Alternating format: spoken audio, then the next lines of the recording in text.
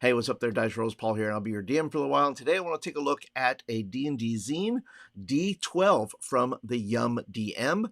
This is a free, yes, I said free zine that you can get, and it has a ton of great stuff in it that I'm going to show you today. Before we get into that, if you're brand new here to the channel, thank you so much for being here. Appreciate your time and your attention. If you would like to get videos like this in your inbox, go ahead and hit that subscribe button down there, and you'll get them because I'll make videos, and then you'll be alerted. All right, so let's go ahead and take a look then at D12. All right, so here we have the D12 Monthly. This is the weapons issue. Great artwork, always evokes feelings. In fact, this is I believe, if I'm not mistaken, it's an NPC they put in here called Margaret or Mags. And they put a couple of NPCs in here as well as an encounter, which I always appreciate. So if you go down here, you can see the contents here. You have natural weapons. You have weapons made from the undead. You have using shields as weapons. You have the sickle, weapon spotlight. You have improvised weapons, weapon tags. You have hidden weapons, holy weapons, new materials for making weapons. And that's it on the weapons there. Then the rest is all kind of little goody extra bonus stuff that you can have.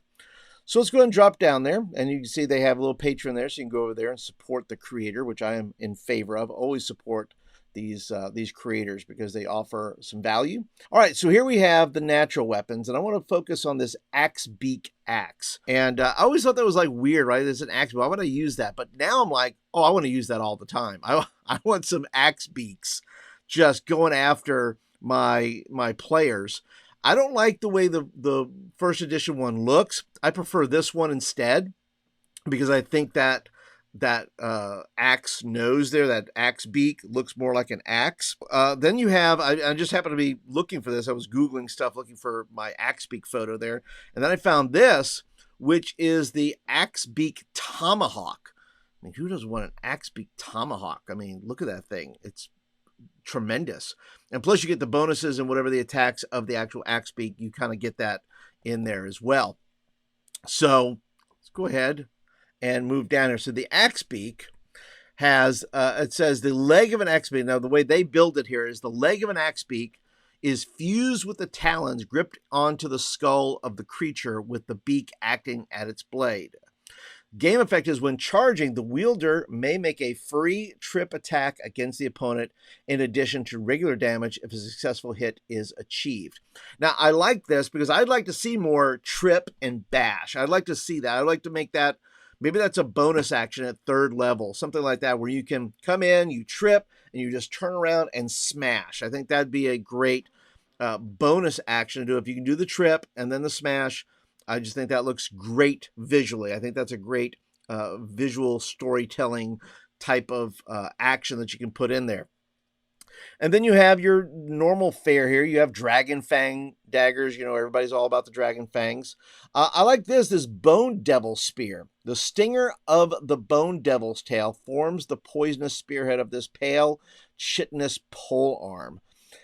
Each time a target is hit by this spear, they need to make a save versus poison, Constitution 14, or lose 1 strength point. Now that's a way to get your to get your players to take notice.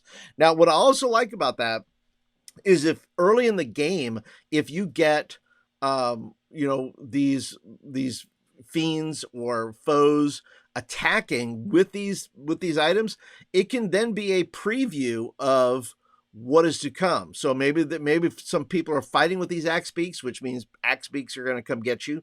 Or if they're fighting with bone devil things, that means bone devils may be coming up. So I think using that as a precursor and as a foreshadowing of maybe what your players may face might be good. But also it's a way for your players to be able to grab weapons. Say, oh, I'll take that axe beak. Yeah, I want that. Give me that. And that way they don't have to go through the whole process of making it for themselves. Although you can, there's nothing wrong with that. And giving them ideas to be able to do this, there's nothing wrong with that. You have the Manticore Tail Whip, a multi-barbed whip with flat end covered in sharp tail spikes. That's nasty. I can see a tiefling using this. Maybe a chaotic neutral tiefling using this. Game effect: once a day, the whip may throw out multiple barbs that have a range of 30 feet and be coated in poison. So yes to that, please. I would like all kinds of that for my tiefling. It's giving me great ideas for characters here. Now here's a creature you don't normally see used, the Remoraz Fang Sword, a short sword made from the fang of a Remoraz, bound to the hilt, made from layering its hide. The effect: the weapon deals an additional D4 heat fire damage. Once again, a foreshadowing that if you have some creatures who hunt these things and make weapons out of them, then, you know, later on, they know that there are some Remoraz around here and they could possibly face them.